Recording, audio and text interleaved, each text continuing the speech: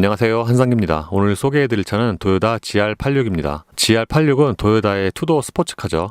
2012년에 데뷔를 했고요. 현행 모델은 2021년에 데뷔한 2세대입니다. GR86은 구형에 비해서 많은 부분이 달라졌는데 일단 이름이 달라졌습니다. 구형 같은 경우에는 도요타 86, GT86, FT86 이렇게 여러 가지 이름으로 팔렸는데 이 신형은 GR86으로 통일이 됐습니다. 그러니까 도요타가 최근 들어서 GR 브랜드를 많이 강조를 하고 있는데 이 86에도 GR을 강조를 하는 것 같습니다. 그리고 신형도 스바루 브랜드로 같이 판매가 되고요. GR86은 개발에 스바루의 지분이 상당히 높고요. 예를 들어서 엔진도 스바루고 생산도 스바루의 군마 공장에서 생산이 됩니다. GR86은 이름에서 예상을 하는 것처럼 만화에서 유명해졌던 A86의 정신적인 후계자라고 할 수가 있죠. 그러니까 직접적으로 연관은 없고요. 그와 비슷하게 컴팩트한 뒷바퀴 굴림 차를 지향을 합니다. 그래서 구형이나 신형 모두 컴팩트한 뒷바퀴 굴림의 자연흡기 고회전 엔진을 유지를 하고 있고요. 플랫폼은 새로 개발된 스바루 글로벌 플랫폼을 공유를 하고요. 이게 구형에 비해서 비틀링 강성이 약 50%가 강화가 됐습니다. 국내에는 스탠다드와 프리미엄 두 가지 트림으로 판매가 되고요. 지금 보시는 시승차는 프리미엄입니다. 가격은 4,630만 원이고요. GR86은 10년 만에 풀모델 체인지가 됐지만 외장 디자인의 변화는 그렇게 크지 않습니다. 그러니까 구형과 비슷한 디자인 테마를 갖고 있고요. 다만 전체적으로 좀 더 다듬어진 모습이죠. 이 차의 성격에 맞게 범퍼 하단은 좀 낮게 내려온 모습인데 보통 이런 경우에 과속 방지턱을 넘을 때 좀 닿을까 걱정이 되잖아요. 근데 이 차는 휠 베이스가 짧아서 상대적으로 그런 걱정이 좀 덜하긴 합니다. 헤드램프는 LED가 적용이 됐고요. 방향지 등은 헤드램프의 안쪽에 있는데 이것 때문에 실제보다 차 폭이 조금 더 좋아 보이는 것 같아요. 반면에 전체 사이즈에 비해서 보닛의 크기 또는 보닛의 넓이는 꽤 넓은 편이고요. 펜더 상단 쪽에는 스포츠카 특유의 그런 굴곡도 있죠. 참고로 신형 86은 프런트 펜더나 보닛, 루프까지 알루미늄으로 제작을 했습니다. 그래서 구형 대비해서 무게중심을 좀 더 낮췄죠. 이런 투도어 스포츠카는 옆모습이 백미인데 이 차도 그렇습니다. S5 시승 때도 말씀을 드렸지만 이런 차는 일반적인 세단과 그 비율이 좀 다릅니다. 예를 들어서 운전석 포지션 같은 경우에도 차체의 거의 중간에 있는데 그러니까 S5 같은 경우에는 차체의 거의 중간쯤에 있다고 봤는데 이 차는 오히려 그보다 더 뒤쪽에 있는 것 같아요. 그래서 운전할 때 통상적인 차들보다는 감각이 조금 다릅니다. 그리고 앞바퀴 뒤에도 브레이크의 냉각을 도와주는 인테이크가 있고요. 후면의 디자인 역시도 낮게 내려온 모습인데 앞쪽에 비하면 상대적으로 트렁크 리드의 전체 높이가 조금 높게 느껴질 수도 있습니다. 트렁크 끝단은 다운포스를 좀 더 생성할 수 있게 살짝 말려 올라와져 있고요. 그리고 사기통 차로는 드물게 머플러를 양쪽으로 뽑았고요. 그러니까 엔진 출력에 비하면은 양쪽으로 뽑기도 했지만 머플러의 구경 자체가 조금 큰 편입니다. 타이어는 미쉐린의 파일럿 스포츠 5, 사이즈는 215의 40ZR18입니다. 이 타이어의 트레드 웨어는 340이고요. 참고로 이 차의 성격이나 엔진의 출력을 생각을 하면은 타이어 폭이 좀 좁은 느낌이 있습니다. 요즘에 나온 신차는 약간 오버사이즈라고 생각이 될 정도로 그러니까 타이어나 휠을 조금 크게 쓰는 경향이 있는데 다른 말로 하면은 타이어 폭만 봐도 이 차가 지향하는 그런 성격을 좀 엿볼 수가 있습니다. 예, GR86의 실내는 굉장히 단순하고 기능적이죠. 그러니까 달리기를 위해서 최대한 기능적으로 또는 심플하게 실내를 디자인을 했어요. 대시보드 등에 적용된 이런 우레탄 같은 걸 만져보면은 보통 국내에 수입되는 그 미국형 일본차 또는 미국차는 대체로 좀 단단하잖아요. 근데 이 차는 이 차의 성격을 감안을 하면은 상단에 적용된 우레탄이 생각보다 조금 부드러운 편이에요. 다른 말로 하면은 보통 이런 차들은 풀체인지가 잘 안 바꾸니까 생각보다는 이 소재가 괜찮은 편입니다. 이거는 약간 테슬라와 비슷한 것 같아요. 그리고 대시보드 같은 경우에는 이것도 굉장히 좀 수평적입니다. 이 차가 차 크기 대비해서 또는 그 보닛의 길이 대비해서는 대시보드가 조금 넓은 편이에요. 그리고 천장에는 검은색 직물이 적용이 되어 있는데 이게 얼핏 보면은 스웨이드 같습니다. 그러니까 스웨이드 룩 직물이에요. 모니터는 8인치가 적용이 됐습니다. 보통 국내에서 지금 팔리고 있는 도요타 보면은 모니터가 좀 작잖아요. 그래서 그게 좀 단점이다 라고 말씀을 드리는데 또 이런 성격의 차이는 이게 또 별로 단점이 아니죠. 여기에 적용된 플라스틱 같은 경우에는 또는 이런 버튼들의 그 디자인 또는 그 눌렀을 때의 그 촉감 이런 거는 약간 좀 올드한데 이것도 역시 또 이 차의 성격 감안하면은 그렇게 또 단점이라고 볼 수는 없고요. 모니터의 위치는 조금 낮은 편인데 이 차 시트 포지션이 낮다 보니까 생각보다는 이 모니터를 바라보는 시선이 그렇게 많이 밑으로 안 내려갑니다. 안쪽에 있는 컨텐츠는 좀 부족한 편입니다. 예를 들어서 지금 이 홈 화면인데 이렇게 아이콘들이 크게 8개가 있잖아요. 그러니까 이게 지금 전부예요. 예를 들어서 라디오, 미디어, 폰, 앱. 예를 들어서 앱 같은 경우에는 애플 카플레이와 안드로이드 오토가 있고요. 그러니까 이 차는 내비게이션 없고 방금 보신 그 두 개로 이제 연결을 하는 거죠. 그리고 세팅으로 들어가면은 이렇게 크게 상단에 4가지의 탭이 있는데 지금 보시는 게 제너럴. 참고로 지금 국내에서 팔리는 도요타는 다 이제 한글화가 돼 있는데 이 차는 워낙 이제 수량이 많이 팔리는 차가 아니잖아요. 그렇다 보니까 따로 그냥 다 영어예요. 여기는 사운드, 처음에 말씀을 드린 것처럼 이 차가 안에 있는 이런 그 컨텐츠도 좀 부족한 편입니다. 그리고 이거는 지금은 후방 카메라 화면이고요. 지금 비가 와서 이게 좀 약간 뿌옇긴 한데 그래도 후방 카메라 화질이 이렇게 썩 좋은 편은 아니고요. 스티어링 가이드 연동 기능은 있습니다. 모니터 아래쪽에는 공조장치 패널이 있습니다. 모니터는 작은데 이 공조장치 다이얼이나 버튼은 다 큼직큼직합니다. 보시는 것처럼 다이얼마다 이렇게 액정이 있는데 이 액정의 크기도 생각보다는 꽤 큰 편이고요. 그리고 다른 차들에 비하면은 여기 시동 버튼 있잖아요. 이 시동 버튼도 이게 꽤 큰 편이죠. 그리고 이 아래쪽에는 이게 모드라고 있으면 이게 보통 드라이브 모드 같은데 그건 아니고 그 바람 방향 조절하는, 그러니까 이쪽에 있는 건 전부 다 공조장치용 버튼이죠. 바로 뒤에는 기어 레버가 있는데 다른 차들의 그 수동차와 대비해서는 요 기어 레버의 위치가 약간 좀 앞쪽에 있는 편이고요. 그러니까 기어 레버를 잡는 그 팔과의 그 동선 있잖아요. 그게 좀 되게 자연스러운 것 같아요. 예전 스타일처럼 약간 좀 기어 레버가 좀 동그랗고요. 보통 이런 차들이 이 기어 레버 그 스트로크 있잖아요. 이런 거 굉장히 좀 짧은데 이 차 역시도 그렇습니다. 그러니까 약간 좀 쏙쏙 들어가는, 다른 말로 하면은 이게 약간 좀 숙달이 필요하죠. 그리고 후진 같은 경우는 여기를 들어서 이렇게 젖힌 다음에 이쪽으로 올리면은 이제 후진 기어죠. 그래서 이 차가 완전 운전을 위해서 기능적으로 디자인이 되다 보니까 핸드폰을 놓을 공간이 그렇게 마땅치는 않습니다. 예를 들어서 여기 지금 기어 레버 주변에 따로 수납 공간 없죠. 이 뒤에도 이렇게 버튼만 있고 수납 공간이 없어요. 그래서 따로 여기다가 예를 들어서 이제 컵홀더도 마땅치가 않고, 컵홀더도 이게 좀 뒤에 있습니다. 참고로 요거는 이제 트랙 모드고요. 시트 열선 기능도 있습니다. 양쪽에. 센터 콘솔 박스는 좀 고급스럽게 양쪽으로 열리는 방식이죠. 보통 고급차들 보면은 이 센터 콘솔 박스가 양쪽으로 열리는 게 많은데 이 차가 그래요. 그리고 여기에는 컵홀더가 있는데 이제 아까 말씀드린 것처럼 이 컵홀더 위치가 상당히 뒤에 있습니다. 그래서 운전하면서 여기다가 컵을 수납하기가 좀 많이 불편하죠. 운전대는 최근에 타본 차 중에서 가장 작지 않나 싶습니다. 일단 운전대가 상당히 동그랗고요. 이 차가 정말 운전을 위한 차답게 이 운전대에 적용된 가죽 있잖아요. 이것도 상당히 쫀쫀합니다. 이게 예전에 튜닝 핸들 있잖아요. 유행할 때 그거와 약간 좀 비슷한 그런 느낌.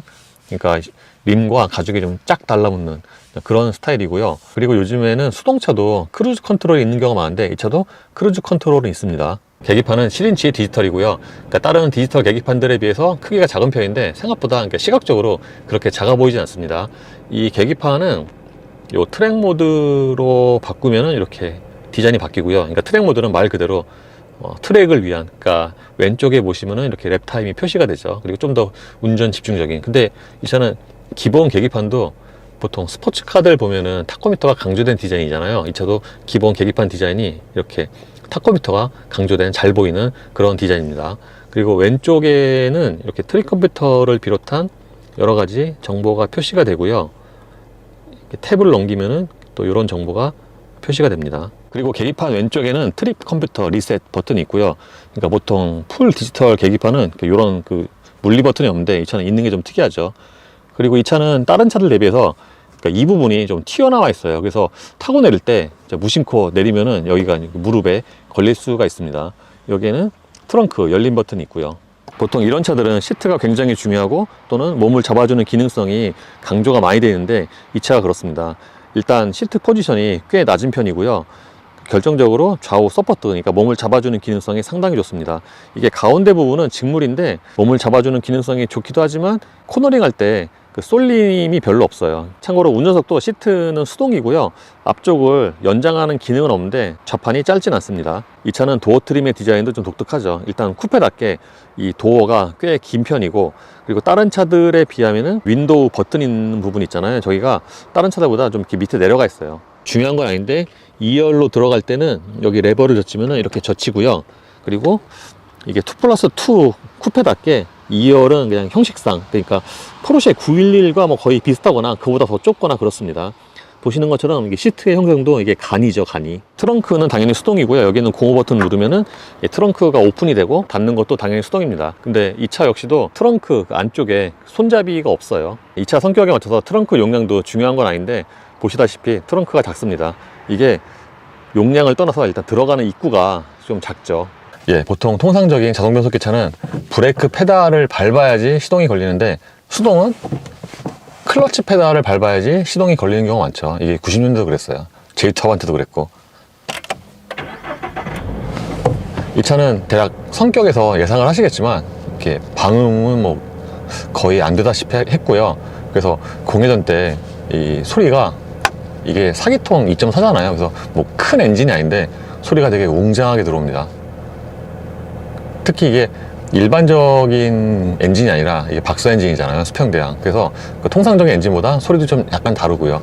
확실히 예전에 저 스바루 국내에서 팔 때 몇 번 시승을 했는데 그 소리가 비슷한 게 있어요. 그러니까 약간 좀 포르쉐와도 비슷하죠. 좀 웅장하고 좀 이렇게 낮게 깔리는 그런 의미입니다. 이 차가 지금 주행거리가 13,000km인데, 그러니까 이런 차 성격으로에서는 굉장히 지금 주행거리가 많은데, 그걸 감안을 하면은 이렇게 정차 시에 진동은 생각보다는 그렇게 많지 않은 편이고요. 진동이 있긴 있는데 그렇게 많지 않고, 다만 이제 일반적인 차들과 그 진동의 그 성격이 조금 다르죠. 보통 진동이 있다 그러면은 좀 빠르게, 파장이 빠르게 계속 있는데, 이 차는 뭔가 이렇게 크게 파장이 있어요. 운전대와 시트 모드. 아, 그리고 이것도 요즘에 신차에는 거의 이제 보기가 힘든 건데, 이 사이드 브레이크. 근데 이게 다른 차들의 사이드 브레이크, 주차 브레이크에 비하면 이게 굉장히 길고 높잖아요. 그리고 또 되게 가까워요. 그래서 뭐 어차피 운전 안 할 때는 이걸 내리니까 상관은 없는데, 이게 좀 유난히 큰 게 특징이고, 다른 말로 하면은 이 차가 이제 뭐 고속주행이라든가 그런 거보다 회전, 운전의 재미에 초점이 맞춰진 차인데, 땡겨서 뭐 스핀턴 같은 거 할 때 하기 쉬우라고 이렇게 만든 게 아닌가 싶습니다. 이 차의 파워트레인은 2.4L 4기통 가솔린 엔진과 6단 자동 변속기로 조합이 됩니다. 요즘에는 굉장히 보기 드물게 자연흡기 엔진이고요. 그러니까 요즘에는 대부분 다 웬만하면 터보인데, 이 차는 아직까지도 자연흡기 엔진을 고수를 하고 있고, 배기량은 늘었지만, 그러니까 구형 같은 경우에는 배기량이 2.0이었잖아요. 근데 신형은 2.4L로 배기량이 늘었습니다. 보통 자연흡기 엔진에서 이렇게 배기량을 늘리면은 고회전 질감이 좀 떨어진다거나, 또는 고회전 그 영역이 조금 밑으로 하향 조정된다거나 그런데, 이 차는 기통당 배기량이 600cc인 차 치고는 그 회전 한계가 좀 높은 편이죠. 예를 들어서 최고 출력이 7000rpm에서 나오는데, 실제로는 그거보다는 조금 더 돌릴 수가 있고요. 수동 변속기 차에서 이게 클러치가 또 굉장히 중요한데, 그러니까 운전의 편의 또는 뭐 재미까지 해서 클러치 페달이 차지하는 또 비중이 작지가 않은데, 이 차는 클러치 페달의 무게가 좀 있는 편이죠. 그러니까 순정차로는 예를 들어서 그 J2한테 있잖아요. 그 차에 제가 그 튜닝 클러치를 달고 있는데, 그게 서미테크의 튜브가 좀 1000짜리예요. 그래서 순정보다는 조금 더 무거운데, 통상적인 이 차는 그거보다 이게 클러치 페달이 조금 더 무거워요. 그러니까 약간 좀 힘이 들어가죠. 근데 클러치 페달의 무게도 이게 엔진의 출력과 거의 비례를 하거든요. 그래서 아주 고출력 차들은 3풀 플레이트 클러치 쓰고 되게 무겁고 그런데, 이 차는 뭐 그 정도까지는 아니고요. 근데 그러니까 일반적인 자동차의 그 순정 변속기보다는 조금 무겁다라고 할 수가 있겠습니다. 참고로 이 클러치 페달은 좀 이렇게 반발력이 있어요. 이게 가속 페달과 좀 느낌이 비슷한데, 그러니까 가속 페달이 그 정도로 무거운 건 아니고, 어떤 느낌이냐면은 뭔가 조금씩 세밀하게 미세하게 좀 조정이 컨트롤하기 좋은 그런 클러치 페달이에요. 그래서 보통 우리가 수동 변속기 놓을 때 정지해서 출발할 때 부르르 떨거나, 또는 그 미트 잘못해서 시동이 꺼지거나 그렇잖아요. 근데 이 차는 처음에 운전해도 그런 경우가 뭐 거의 없습니다. 기본적으로 이 차가 엔진의 토크가 이게 아주 좋은 건 아닌데, 차가 가볍다 보니까 저속에서 출발할 때, 또는 고단으로 엔진 회전수가 되게 낮을 때, 그때도 차체가 그냥 부르르 떨거나 그런 건 없어요. 앞서서 말씀을 드린 것처럼 이 차는 저 방음이 안 되다시피 했습니다. 그래서 하체의 방음이 거의 없다 보니까 다른 소음이 좀 묻히는, 예를 들어서 이 차가 프레임레스 도어인데, 대부분의 프레임레스 도어는 이쪽에 이제 바람 소리가 있어요. 근데 이 차도 있는 것 같은데 안 들리는 거죠. 이 소리가 워낙 크니까. 방금 말씀드린 부분은 이게 이제 일반적인 차들이라면은 단점인데, 이 차에서는 단점이 아닌 거고, 그리고 또 운전에서 이런 차는 또 중요한 게 클러치 페달과 함께 이제 쌍으로 변속기가 되게 중요하잖아요. 변속기가 얼마나 이렇게 쏙쏙 들어가느냐, 또는 이게 뭐 버스처럼 길면 또 운전에 재미가 없어요. 그래서 이런 게 되게 중요한데, 이 차는 이것저 약간 S2000 같아요. S2000이 이게 그 거리가 되게 짧거든요. 그거보다는 조금 긴 것 같은데, 어쨌든 이렇게 수동 변속기 같은 경우에는 이렇게 기어를 변속을 했을 때 좀 이렇게 쏙쏙 들어가는 맛이 있어야 좋은데 이 차가 그렇습니다. 다만 이게 그 135 이렇게 다 되게 좀 붙어 있어서 만약에 되게 빨리 변속하고 그럴 때는 간혹 가다가 이게 4단인가 또는 5단, 6단인가 이게 약간 헷갈릴 때가 있거든요. 그래서 이런 부분은 오너가 되면은 좀 숙달할 그런 필요가 있겠죠. 하체는 기본적으로 당연히 단단한 편인데 이게 뭐 다른 차도 그렇듯이 안 좋은 노면으로 갈수록 아 이게 차가 더 단단하구나 그런 느낌이 더 강하죠.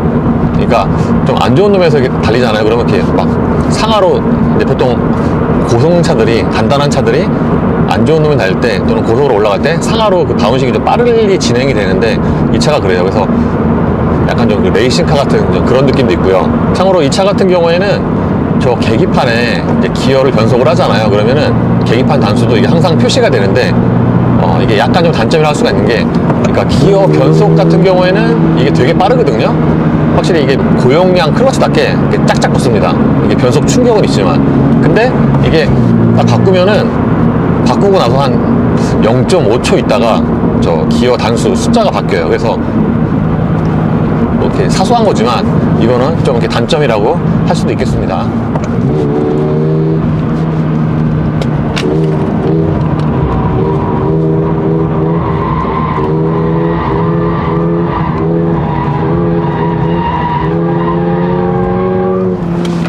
이게 수평대항 엔진이 확실히 코너에서 사실 수평대항 엔진은 그게 코너뿐만 아니라 그냥 일반적으로 이렇게 달릴 때도 그게 장점이 있거든요. 뭔가 이게 무게중심이 낮아서 깔린다는 그런 느낌이 있는데 이 차도 그렇습니다. 그러니까 이 차가 기본적으로 이렇게 무게중심이 낮은 차이기도 한데 그 엔진까지 해서 심지어는 서스펜션도 그렇고 그러니까 완전히 이게 달리기를 위한 그러니까 좀 더 좁혀서 얘기하면은 회전을 위한 그런 차인데 그래서 리어에 토스텐 LS도 있잖아요. 그래서 회전할 때 이게 보통 이렇게 좀 작고 휠베이스가 짧고 근데 뒷바퀴 굴립니다. 그러면은 회전할 때 이게 돌 가능성이 되게 높습니다. 그게 구조적으로 점점 더 오버스티어가 나서 돌 가능성이 높은데 이제 그거는 조금 옛날 얘기고 요즘에는 지금도 사실 구조적으로 마찬가지인데 요즘에는 이제 전자장비가 있잖아요. 그래서 그렇게 돌진 않죠. 이게 회전할 때 계속 악셀을 전개를 하면은 안쪽으로 조금씩 계속 감기면서 그렇다고 돌진 않고 그렇죠.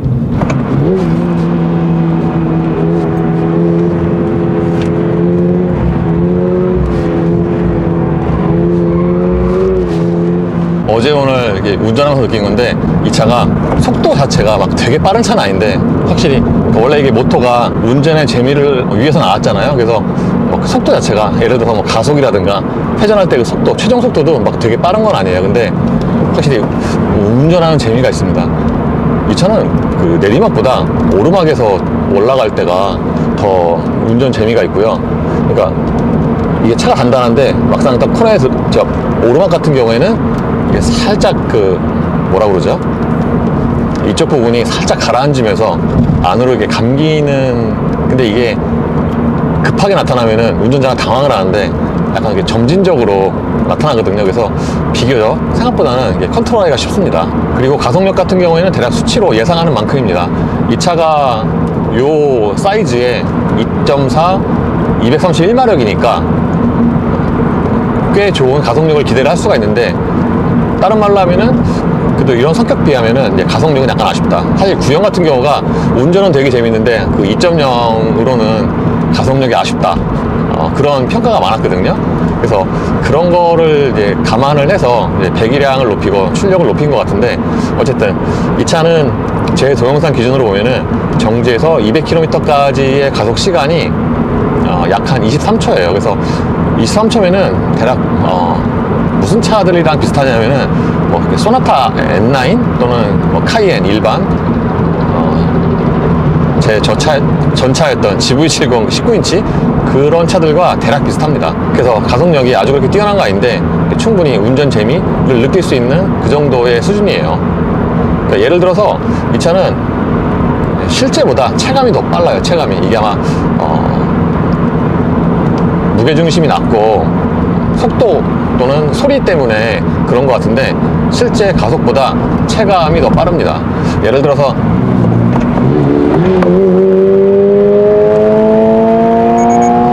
이렇게 한 5000rpm이 넘어가면은 이제 소리가 본격적으로 증가를 하는데 그 소리가 그 뭐라고 그러죠? 좀 되게 아주 그렇게 자극적이진 않으면서도 듣기가 좋은 고볼륨. 특히 이게 7000rpm이 되면은 이제 자동으로 변속하라고 저 소리가 나잖아요. 뭐 그런 거가 있다 보니까 실제보다 체감 가속력이 더 빠른 것 같습니다. 참고로 이 차는 드라이브 모드는 따로 없고요. 그러니까 보통 요즘 차들은 뭐 노멀, 스포츠, 에코 이렇게 있잖아요. 없고요. 여기에 이제 트랙 버튼이 있는데 이 트랙 버튼을 조금 길게 누르면은 이제 계기판이 바뀝니다. 근데 이게 번갈아서 운전해 보면은, 그러니까 이런 차들은 보통 이제 타코미터가 중요하잖아요. 그래서 타코미터의 그 바늘 회전수를 보는 게 좀 시인성이 중요한데 이게 오히려 일반 계기판이 더 나아요. 트랙 같은 경우에는 이게 눈금으로 띄엄띄엄 있다 보니까 이게 좀 잘 안 보입니다. 급가속할 때도 마찬가지고. 그리고 이 차에 중요한 건 아닌데 생각보다 연비도 괜찮아요. 그러니까 90으로 정속 주행 하잖아요. 6단으로. 그러면은 대략 뭐 한 15, 17 리터당 이 정도가 나오고, 그리고 보통 배기량이 좀 작은 차들은 90과 110에 좀 차이가 큰 편인데 이 차는 의외로 90과 110의 차이가 그렇게 크지가 않더라고요. 110으로 정속 주행하면은 대략 한 15 내외? 그래서 이게 아마 차가 가벼워서 그럴 건데 이게 한 1.2톤 밖에 안 돼요. 그러니까 요즘 차로는 굉장히 가볍죠.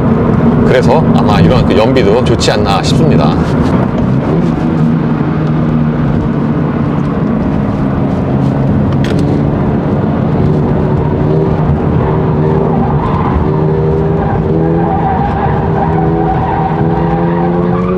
방금은 약간 저기 포르쉐 박스터 같았어요. 그리고 이 차가 성격을 알 수 있는 부분 중에 하나가 이 기업인데, 그러니까 요즘 차로는 굉장히 드물게 최고 속도가 6단에서 나옵니다. 요즘에는 뭐 자동이든 수동이든 톱기어는 항속기어용 연비를 위한 그렇게 딱 띄워놓고 보통 그 밑에 5단, 뭐 7단, 8단 여기서 이제 가속이 끝나거든요. 근데 이 차는 최고 속도가 6단에서 나옵니다. 그러니까 5단으로 200까지 나가고 그 이후 6단으로 이제 최고 속도까지 나가는데, 확실히 가속형 기업이라고 해도 저 6단으로 들어가면은 그 전까지에 비해서 가속력이 좀 많이 처지긴 하죠. 그리고 이런 가속형 기업이는 참 요즘처럼 보기 드물게 요즘에 다다나 그리고 다운스피딩이 대세가 되면서 이런 수동도 이런 가속형 기어비는 보기가 힘들죠. 그래서 이런 차 같은 경우에는 진짜 별도로 좀 놓고 이렇게 봐야 되죠. 그래서 이런 가속형 기어비의 경우에는 이렇게 말 그대로 가속할 땐 좋은데, 그러니까 우리가 이렇게 일상적으로 타고 다니잖아요. 이런 차도 항상 빨리 다니는 건 아니란 말이에요. 그래서 이렇게 일상적으로 다니잖아요. 그러면은 좀 이렇게 손이 바쁩니다. 이렇게 변속 되게 금방금방 해줘야 돼요. 예를 들어서 3단으로 한 3000rpm 되면 또 소리가 막 커지잖아요. 통상적으로 이렇게 운전할 때 그럼 또 4단으로 바꿔주고, 좀 있으면 또 5단으로 바꿔주고.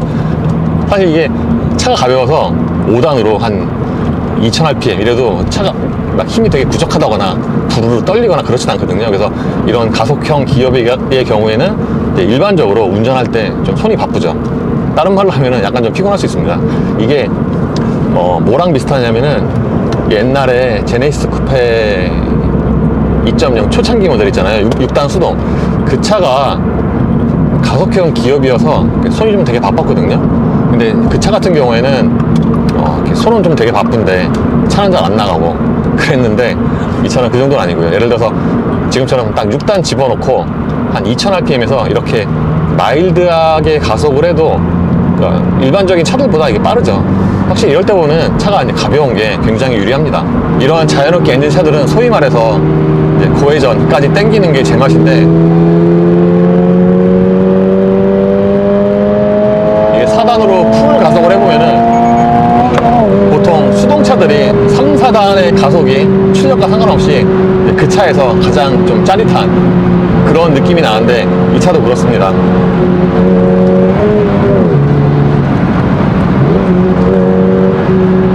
그리고 아까 정속 주행할 때는 이 차가 타이어 소리가 되게 크다고 말씀을 드렸잖아요.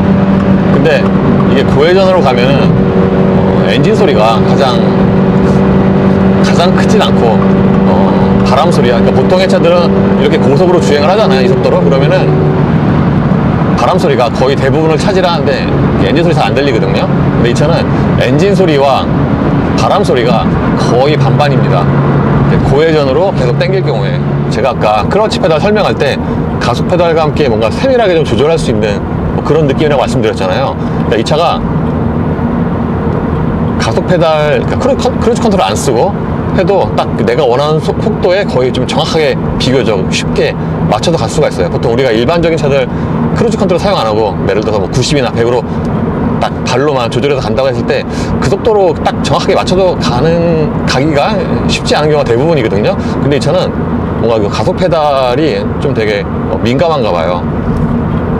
예를 들어서 제가 지금 90으로 딱 맞춰서 발로 가고 싶은데 딱 조절하면은 거의 뭐 그거에 맞춰서 갑니다. 이게 다른 말로 하면은 이제 회전할 때 또는 코너링 할 때 좀 더 그 세밀하게 가속 페달, 스로틀 궤도를 자기가 운전자가 조절할 수 있는 뭐 그런 장점도 있겠죠. 그리고 어제 오늘 운전을 해보니까 그 실내에서 소재가 제일 좋은 부분이, 아까는 제가 여기 도어 트림에 이거라고 말씀드렸는데 운전대 같아요. 운전대 이 가죽이, 그러니까 기능적으로 볼 때 스포츠 드라이빙에 진짜 굉장히 좋습니다. 이게 땀이 나든 안 나든, 그러니까 어떤 차들은 땀이 나면은 좀 미끄럽고 막 그렇잖아요, 운전대. 근데 이 차는 땀이 나든 안 나든 뭔가 그 손과의 그 밀착성이 굉장히 좋아요. 그냥 짝짝 붙습니다. 조금 과장하면은 뭐 이 정도면은 그 글러브 있잖아요, 레이싱 글러브, 그거 없어도 되지 않을까 싶을 정도로 그 손과의 그 밀착하는 느낌이 굉장히 좋습니다.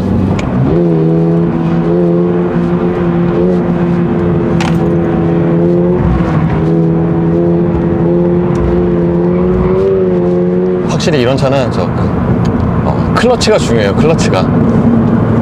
왜냐면은 이게 수동 변속기의 클러치는 이게 뭐 용량이 작거나 뭐 이렇게 뭐 판이 별로 안 좋거나 그러면은 고회전 계속 사용하면 이게 축 늘어지거든요. 그 뭐라 그럴까, 그 접지가 좀 떨어져요. 그래서 그 다음에 계속 고회전 사용하고 또는 좀 스포츠 드라이빙 하면은 이게 성능이 안 나옵니다. 그래서 더 이상 이렇게 계속 그렇게 운전하기 힘든데 이 차는 그런 게 없어요.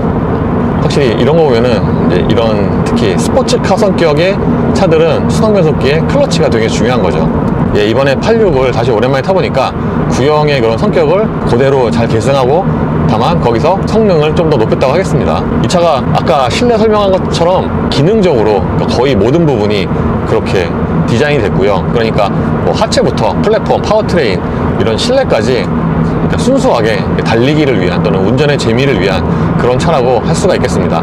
다른 말로 하면은 당연히 이런 차들은 이제 범용적인 성격은 아니고요. 그래서 수요가 어느 정도는 좀 제한적이죠. 그리고 편의 장비 같은 경우에는 이제 그렇게 중요한 부분은 아닌데 이 정도면은 그냥 무난하지 않나. 예를 들어서 이 차는 수동인데 크루즈 컨트롤이 있습니다. 사실 요즘에는 수동차도 크루즈 컨트롤이 있는 경우가 많은데 이 차도 있어요.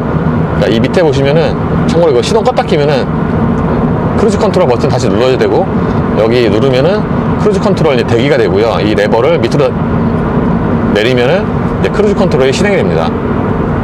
이런 차에 크루즈 컨트롤이 뭐가 필요하냐 싶을 수도 있는데, 이런 차 타는 사람도 항상 빨리 달리는 건 아니거든요. 예를 들어서 뭐 서킷 주행하고 집에 갈 때는 천천히 크루즈 컨트롤 걸고 이제 갈 수도 있는데, 이제 그런 경우에는 또 의외로 또 쏠쏠하죠.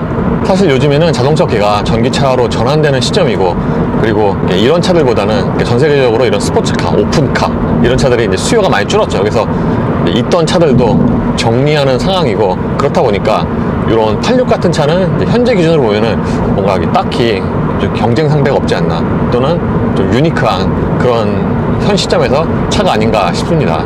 다른 말로 하면은 이제 이런 차를 즐길 수 있는 것도 이제 거의 뭐 막바지가 아닌가 싶기도 하고요. 제 생각에는 지금 이 GR86은 구형이 10년 동안 생산이 됐잖아요. 그래서 2032년까지는 이 모델이 아마 그대로 유지가 될 것 같고요. 그 다음에는 아마 없어지든가 또는 이제 전기차 버전으로 새로 나오든가 뭐 그럴 것 같습니다. 그리고 이 차의 성격이라든가 이제 패키징, 뭐 크기 등등을 보면은 이 차 가격이 4,600이잖아요. 그래서 약간 좀 선뜻 손이 안 가는, 사실 이런 차는 가격이 문제가 아니라, 그러니까 이게 뭐 패밀리 SUV다 이러면은 그게 별로 비싼 건 아닌데, 이게 딱 용도가 딱 완전히 제한된 거라서 이 가격이 약간 좀 부담이 될 수는 있죠. 근데 또 요즘에 차값이 또 많이 오르다 보니까 생각보다는 뭐 이렇게 아주 비싸진 않네 뭐 라는 생각도 있고요. 근데 GR86의 단점은 외장 디자인이라고 생각이 듭니다. 이런 차들은 당연히 성능이 이제 가장 우선시되고 또는 운전의 재미가 가장 중요하고 그렇긴 한데 그에 못지않게 이게 외장 디자인도 좀 끌리는 스타일 뭐 이런 거 빼놓을 수가 없거든요. 근데 이 차는 그렇게 예쁘지가 않아서 그게 GR86의 단점이라고 하겠습니다. 그리고 지금은 수동밖에 안 파는데 차후에 뭐 자동도 팔면은 선택의 폭이 좀 더 넓어질 수가 있고요. 근데 이 차는 아무리 요즘에 자동의 시대라지만 자동이면은 이 차는 좀 매력이 많이 반감되지 않을까 생각이 됩니다. 예, 이로써 도요타 GR86의 시승을 마치겠습니다. 감사합니다.